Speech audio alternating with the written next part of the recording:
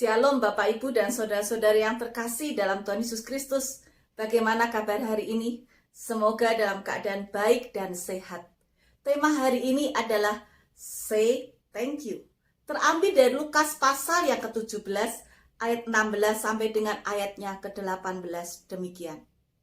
Lalu tersungkurlah di depan kaki Yesus dan mengucap syukur kepadanya. Orang itu adalah seorang Samaria. Lalu Yesus berkata, bukankah ke-10 orang tadi semuanya telah menjadi tahir? Di manakah yang 9 orang itu? Tidak adakah di antara mereka yang kembali untuk memuliakan Allah selain daripada orang asing ini? Demikianlah firman Tuhan. Pada suatu hari saya membaca sebuah buku renungan dan saya tertarik dengan salah satu artikel. Di artikel itu diceritakan ada seorang yang bernama Lawrence Anthony. Ia sangat menyukai hewan gajah dan oleh karena dia menyukai, dia berkumpul dengan hewan gajah, dia memelihara hewan gajah dan ia mendapat julukan si pembisik gajah. Tahun 1999 ia mulai mengabdikan dirinya untuk merawat gajah-gajah liar di Afrika Selatan. Ia kemudian mendirikan gerbang Tula-Tula Game Reserve. Namun pada tanggal 2 Maret 2012 yang lalu, Lawrence meninggal karena terkena serangan jantung. Dan apa yang terjadi? Setiap tanggal 2 Maret, setiap tahun dan tanggal, gajah-gajah yang dulu semasa hidup Lawrence dirawat, mereka menempuh perjalanan 12 jam, mereka menuju ke rumah Lawrence. Dan sesampai di rumah Lawrence, mereka berbaris, mereka berdiri di luar rumah Lawrence selama 2 hari.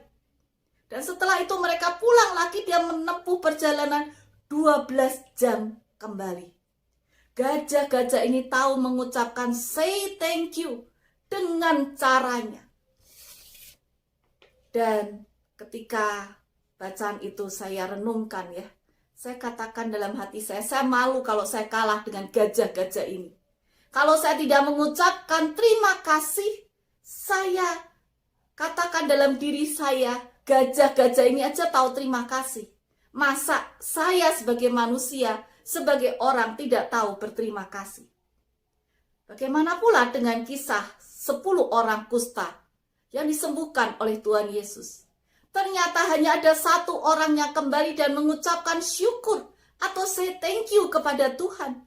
Bagi Tuhan, ucapan syukur yang dilakukan oleh orang Samaria ini berarti.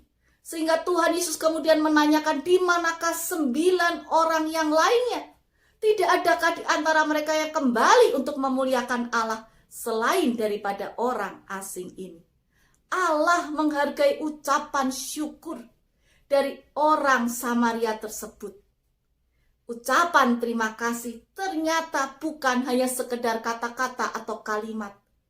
Walaupun ada juga orang yang menganggap kata kalimat ini sepele. Tetapi ungkapan ucapan terima kasih adalah juga sebuah tindakan yang merupakan ungkapan bagaimana kita menghargai atas perbuatan baik yang telah kita terima. Oleh karena itu, ternyata ungkapan terima kasih itu memiliki manfaat-manfaat yang positif. Ada 3 hal. Yang pertama, ketika kita mengungkapkan dan mengucapkan terima kasih, kita menjadi pribadi yang tulus, yang rendah hati, dan bisa menghargai setiap kebaikan orang lain terhadap diri kita.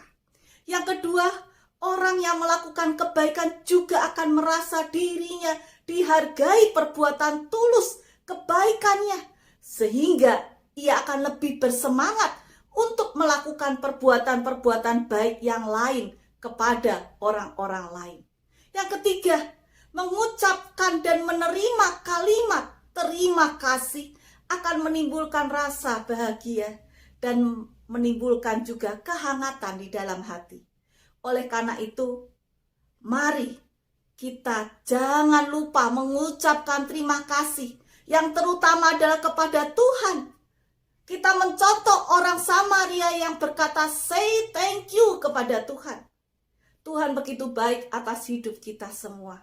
Tuhan berikan kehidupan, bahkan lebih dari hidup Tuhan berikan keselamatan, segala sesuatu yang kita butuhkan untuk hidup ini. Apakah kita sudah mengucapkan terima kasih kepada Tuhan hari ini?